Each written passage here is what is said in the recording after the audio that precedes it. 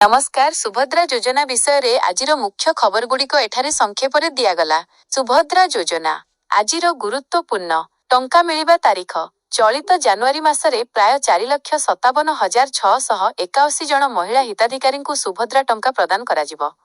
एही टंका सीधासलख बैंक खाता को ट्रांसफर डीबीटी कराजिबो। नुआ हिताधिकारी प्राय 1.78 लाख नुआ महिला एही तालिकारे सामिल करा जाइछि जेउमाने सेमानंकर प्रथम किस्ती पाइबे। बकेया टंका जेउमाने पूर्वरु प्रथम किंबा द्वितीय किस्ती पाइबारु वंचित होइथिले सेमानंक मध्यरु प्राय 2.55 लाख जनकु एका संगरे दुईटी किस्तीर टंका मिलिबार संभावना रहिछि। अभियोग समाधान अभियोग शुणाणी परे आहुरी 24,000 रु अधिक महिलांकु एही योजनारे नूतन भावे जोड़ा जाइछि। आगामी किस्ती सरकारी सूचना अनुଯାୟୀ आसंता 8 मार्च अंतर्जातीय महिला दिवस अवसर में परवर्ती प्रमुख किस्ती जारी करा जाई पारे। कौन करिवे जदि आपण एपर्यंत टंका पाई नाहंती तेबे एक सुभद्रा पोर्टाल sobhadra.odisha.gov.in को जाई निजर आवेदन स्थिति स्टेटस चेक करंतु। 2 निजर बैंक खाता सहित आधार लिंक ई-केवाईसी एवं डीबीटी सक्रिय अछि कि नाही निश्चित करंतु।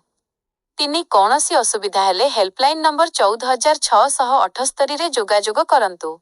प्रति किस्ती एवं गुरुत्वपूर्ण तारीख 2026 चलित सप्ताहर अपडेट जानुआरी 8 रु 11 मध्य प्राय 4,57 लाख महिलांक खाता को टंका पठाजिबा प्रक्रिया जारी रहिछि। जेउमाने पूर्वरु टंका पाई नथिले सेमानंकु एही सप्ताहरे बकेया राशि मिलिबो।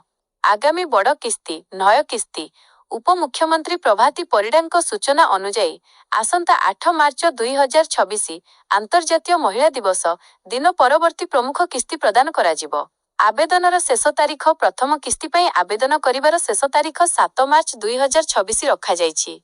हिताधिकारींक पई नुआ तालिका एका संगरे 2टी किस्ती प्राय 2.55 लाख महिला जेउमानंकर आवेदन पूर्वरु कोनोसी कारणरु अटकी जाइथिला सेमानंकु एका संगरे 10,000 प्रथम और द्वितीय किस्ती मिसाई मिलिबार व्यवस्था करा जाइछि।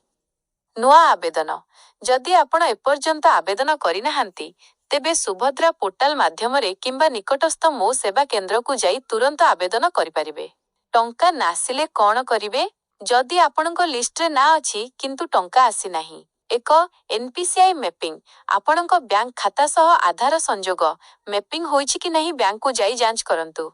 2 status check official website sobhadra.odisha.gov.in को जाई निजर आधार नंबर दे स्टाटस चेक करंतु।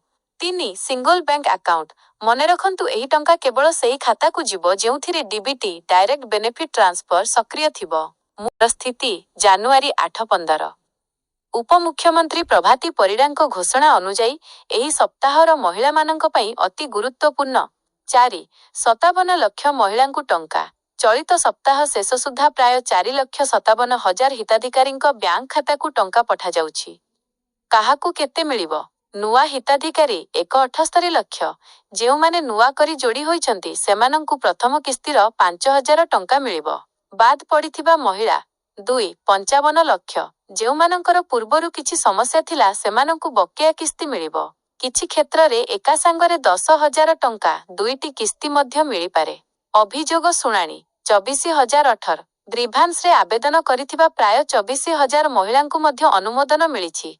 2 आगामी किस्ती पर्थ किस्ती तारीख जेउमाने पूर्वरु 2टी किस्ती पाई सारिछंती मोट 15,000 टंका सेमानंक पई परवर्ती अपडेट 8 मार्च 2026 अंतर्जातीय महिला दिवस अवसर में पर्थ किस्तीर 5,000 टंका मिलिबार संभावना रहिछि। सरकारंक लक्ष्य हेउछि 2026 वर्ष शेष सुधा हिताधिकारींक पाखरे समुदाय फटी किस्ती 25,000 टंका पहुंचाइबा। 3 आपणक पई किछि जरूरी सूचना नुआ आवेदन जदि आपण एपर्यंत आवेदन करिनाहांती सुभद्रा पोर्टाल एबे भी खोला अछि। आपण निकटस्थ जनसेवा केंद्र रे आवेदन करिपारिबे। प्रत्याख्यान रिजेक्टेड आवेदन जदि आपणकर आवेदन रिजेक्ट होइथिला तेबे उपमुख्यमंत्री कहिछंती जे अंगनवाड़ी कर्मी माने घर को घर बुली सर्वे करूछंती। आपण निजर आधार और बैंक तथ्य पुणी थरे जांच करंतु। मने रखंतु जदि आपणक खाता को टंका आसी नाही तेबे तुरंत आपणक बैंक को जाई ई-केवाईसी एवं एनपीसीआई आधार सीड मैपिंग सक्रिय अछि कि नाही बुझंतु।